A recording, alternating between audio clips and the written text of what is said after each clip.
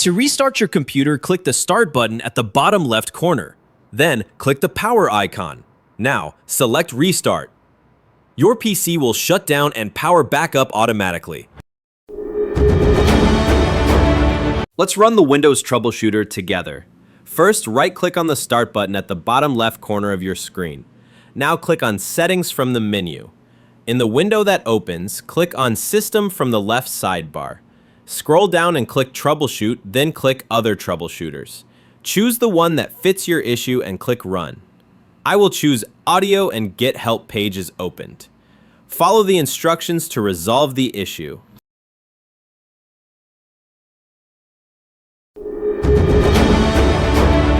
Let's run the DISM tool to fix your Windows image. Click the Start button, type CMD, then right-click on Command Prompt and choose Run as Administrator. Click Yes if prompted. Now type this command, DISM /online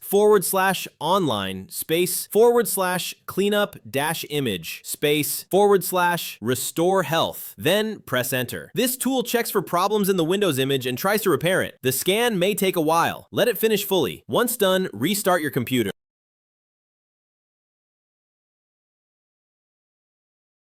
Let's run the System File Checker. Click the Start button and type CMD in the search box. Right-click Command Prompt and choose Run as Administrator. If you see a prompt, click Yes. Now type this command, SFC /scan now.